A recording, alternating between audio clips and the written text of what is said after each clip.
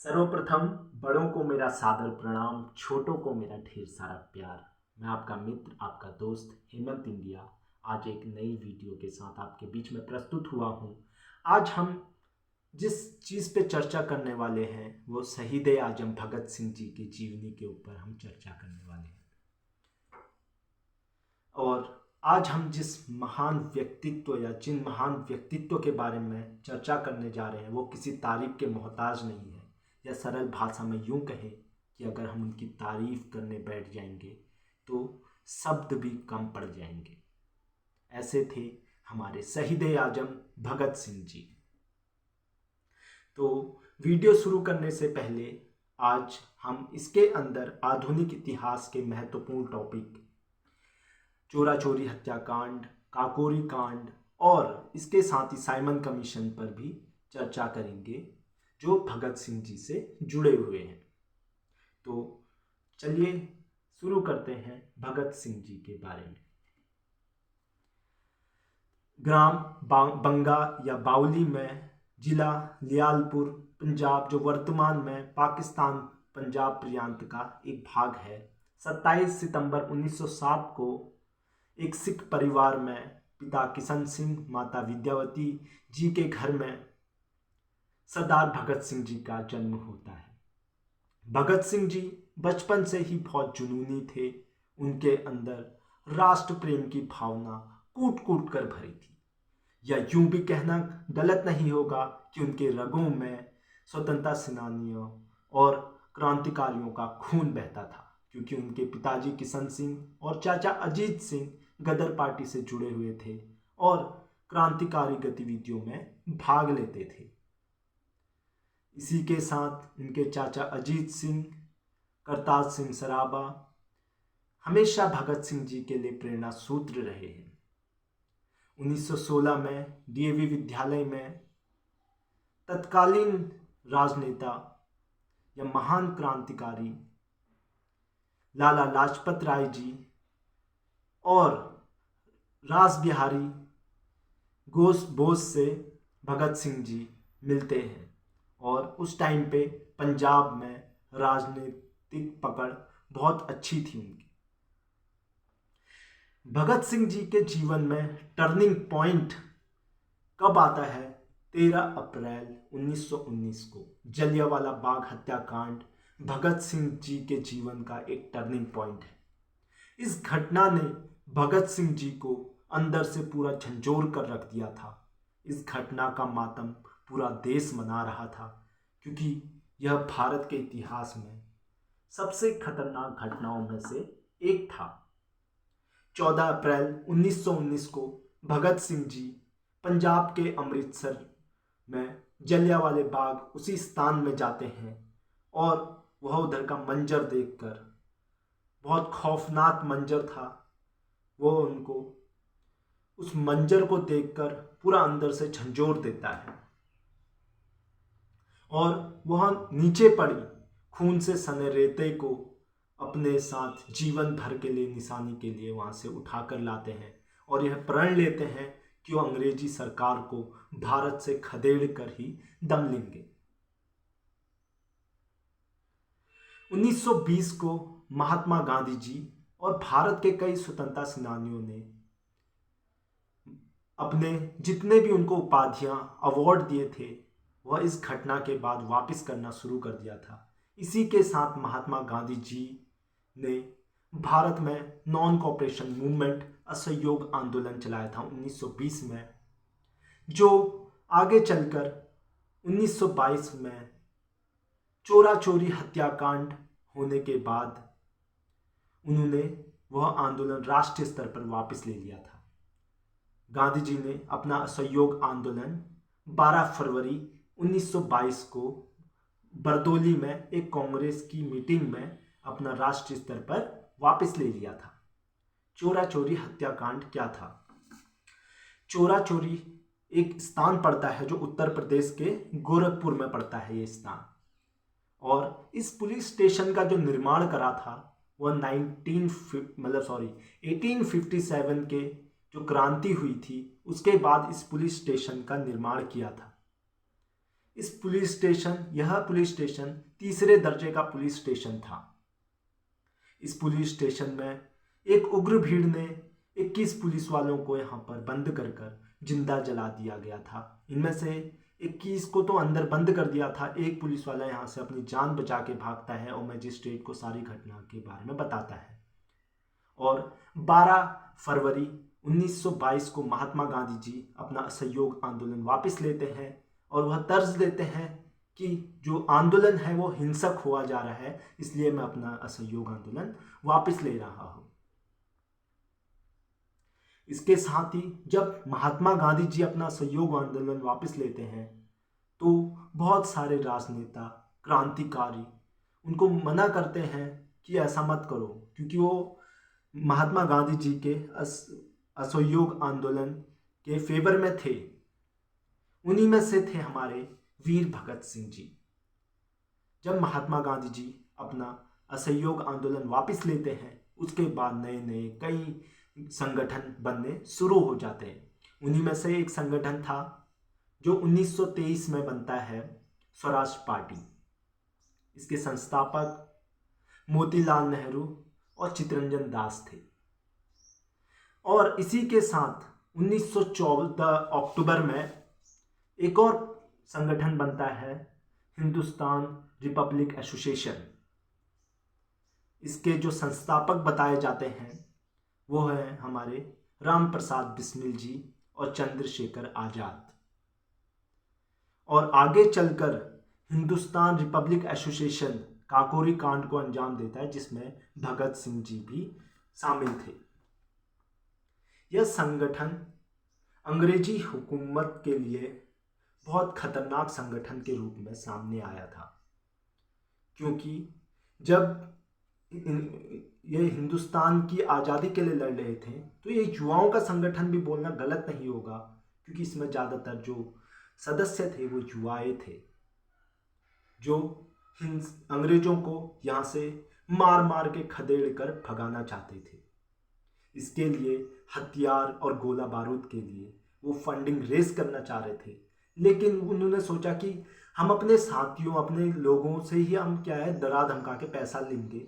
इससे अच्छा जो अंग्रेज हमें लूट के हमारा खून पसीना का पैसा अपना यहाँ से हमसे पैसा ले जाके ब्रिटेन ले जा रहे हैं, इंग्लैंड ले जा रहे हैं, क्यों ना हम उनको ही लूटे। तो 9 अगस्त 1925 को एक महत्वपूर्ण घटना घटती है जो इतिहास में काकोरी कांड के नाम से प्रसिद्ध होती है। 9 अगस्त 1925। इसका नेतृत्व राम प्रसाद बिस्मिल जी कर रहे थे। इसमें जो मुख्य सदस्य थे वो थे चंद्रशेखर आजाद, भगत सिंह और भगवती चरण बोहरा जी। भगवती चरण बोहरा जी वो हैं, उनकी जो अर्धांगिनी या धर्मपत्नी जी थी उनका नाम दुर्गा भाभी थी और वो भी एक महान क्रांतिकारी थी। और इस घटना को मतलब जो ये ट्रेन लूटी जाती है उस स्थान को काकोरी बोलते हैं, जो लखनऊ स्टेशन है उससे 8 किलोमीटर या 8 माइल 8 किलोमीटर नहीं 8 माइल पीछे ही वो स्टेशन था। उधर पर 3 लोग चेन खींचते हैं और बाकी लोग ट्रेन लूटते हैं। इसमें जो ज़्यादातर सदस्य थे वो हिंदुस्तान रिपब्लिक एसोसिएशन के सदस्य थे। आगे चलकर 1926 में नौजवान भारतीय सभा एक संगठन सरदार भगत सिंह जी द्वारा बनाया जाता है। इस संगठन के जो सदस्य थे, इस संगठन में किसान थे, युवा थे, मजदूर वर्ग था।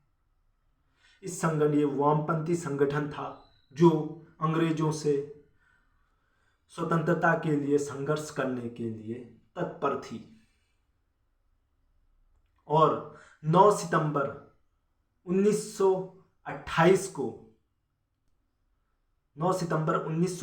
को दिल्ली के फिरोज शाह कोटला मैदान में रात्रि को एक गुप्त बैठक बुलाई गई, जिसमें 2 संगठनों ने भाग लिया, हिंदुस्तान रिपब्लिक एसोसिएशन और नौजवान भारतीय सभा एसोसिएशन। क्योंकि दोनों संगठनों की विचारधारा एक दूसरे से मिलती थी, उन्होंने बोला कि अगर हम क्रांति की लड़ाई कर रहे हैं तो हम साथ आके क्यों नहीं लड़े। और यहाँ इस तर्ज पर इनके सदस्य डिसाइड करते हैं कि चलो हम साथ आ गए, लेकिन इसका नाम बदल देते हैं। तो जो हिंदुस्तान रिपब्लिक एसोसिएशन था, इसका नाम 1928 में 9 सितंबर 1928 में इसका नाम हिंदुस्तान सोशलिस्ट रिपब्लिक एसोसिएशन रखा गया। इसके चलते पूरे भारत में 1928 से 1931 के बीच में अंग्रेजों की हुकूमत की जो ताबूत की कील बनी या हिला के रख दिया था, वह हिंदुस्तान सोशलिस्ट रिपब्लिक एसोसिएशन थी। आगे चलकर अब जो इसमें मुख्य घटना है और इसके जो मुख्य सदस्य थे, आपको पता ही है, चंद्रशेखर आजाद जी थे, भगत सिंह थे, सुखदेव थे, राजगुरु जी थे। अब आता है मुख्य घटना, साइमन कमीशन। साइमन कमीशन क्या था, सबसे पहले हम जान लेते हैं। साइमन कमीशन एक कमीशन था जो 7 ब्रिटिश सांसदों का एक कमेटी बनाई गई थी, जो भारत आए थे। भारत के जो संविधान है उसमें सुधार के लिए, निर्माण के लिए वह भारत आए थे। और इस संगठन का जो गठन किया गया था, इस संगठन का 8 नवंबर 1927 को इस संगठन का गठन किया गया था ब्रिटेन में। और जो इसके अध्यक्ष थे वो थे सर जॉन साइमन। उसी के नाम पे साइमन कमीशन इसका नाम पड़ा गया। और भारतीय लोग इसका विरोध क्यों कर रहे थे? क्योंकि इनमें से जो 7 सदस्य थे, इनमें से कोई भी भारतीय नहीं थे, और ये भारत का संविधान का निर्माण करने के लिए ब्रिटेन से भारत आए थे। और यह सर्वप्रथम 3 फरवरी 1928 को रात्रि के समय बंबई के बंदरगाह में पहुंचते हैं। और वहां पर बहुत विरोध किया गया, नारा दिया गया, साइमन गो बैक, साइमन वापस जाओ, ये नारा दिया गया। और साइमन कमीशन का पूरे भारत में विरोध हुआ। सबसे ज़्यादा जो विरोध हो रहा था, मुंबई, लाहौर और मद्रास में इसका सर्वाधिक विरोध हो रहा था। और विरोध करना भी जायज़ था, क्योंकि हमारे संविधान का निर्माण करने के लिए आ रहे थे, लेकिन हमारे भारतीय उसमें कोई भी एक भी सदस्य नहीं था। अब 30 अक्टूबर 1930, ये घटना महत्वपूर्ण है। 30 अक्टूबर 1928 को 1928 हाँ 1928 को 30 अक्टूबर 1928 को यह लाहौर स्टेशन में पहुंचते हैं। जब यह लाहौर स्टेशन में पहुंचते हैं, तब वहां पर लाला लाजपत राय जी उनके अपने समर्थकों के साथ इस जो साइमन कमीशन आया था उसका विरोध कर रहे थे। तब वहां पर एक पुलिस अधिकारी ने लाला जी पर लाठियां बरसानी शुरू कर दी और उनकी छातियों पर इतनी लाठियां बरसाई गई कि 17 दिन बाद 17 नवंबर 1928 को लाला लाजपत राय जी की मृत्यु हो जाती है। मृत्यु से पहले लाला लाजपत राय जी क्या कहते हैं, आप सुनिए जरूर। मुझ पे बरसी हर उस लाठी की कीमत, अंग्रेजी हुकूमत की ताबूत की कील बनेगी। जब लाला लाजपत राय जी एक बहुत बड़े व्यक्ति थे, एक बहुत बड़े स्वतंत्रता सेनानी थे, एक बहुत बड़ा नेतृत्व वाले नेता थे। उनकी मृत्यु के बाद, क्योंकि युवाओं में उनकी पकड़ बहुत अच्छी थी, क्योंकि वो गरम दल के एक नेता थे, और युवाएं आपको पता ही है, चंद्रशेखर आजाद जी, भगत सिंह जी, राजगुरु, सुखदेव। तब युवाओं में क्या, पूरे देश में उनका माहौल था। तब ये युवाएं अब उनके मौत का बदला लेते हैं। ठीक 1 महीने बाद 17 दिसंबर 1928 को वह एक पुलिस अधिकारी सॉन्डर्स को गोली मारकर उसकी मौत के घाट उतार देते हैं, जिसके चलते आगे जाकर इनको भी, भगत सिंह जी, राजगुरु जी, सुखदेव जी को फांसी की सजा दी जाती है।